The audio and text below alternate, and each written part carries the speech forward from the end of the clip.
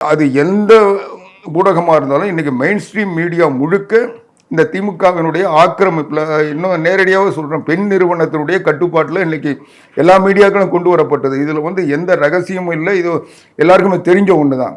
இப்போ அது இல்லாமல் இந்த சோஷியல் மீடியாவில் செய்திகள் வர்றதை கண்காணிக்கிறதுக்கு ஏதோ உண்மையை அறியும் கண்காணிப்பு குழுன்னு ஒரு குழுவை வச்சுக்கிட்டு சாதாரண ஒரு சோஷியல் மீடியாவில் செய்தி வெளியிடுறவங்க, மீம்ஸ் போடுறவங்களெல்லாம் ராத்திரியில் போய் கைது பண்ணுறது, அவங்கள கொடுமைப்படுத்துறது, எந்தவித முன்னறிவிப்பு இல்லாமல் அவங்க வீட்டில் ராத்திரியில் போய் கதவு தட்டி கூட்டிகிட்டு போய் அந்த மாணவர்கள், இளைஞர்கள் இது மாதிரி ஒரு கருத்தை ஃபார்வர்ட் பண்ணவங்கன்றதுக்காக கூட பல பேரை கைது செய்து கொடுமைப்படுத்துகிற வழக்கத்தை இந்த அரசாங்கம் தொடர்ந்து செஞ்சிட்டு இருக்கு.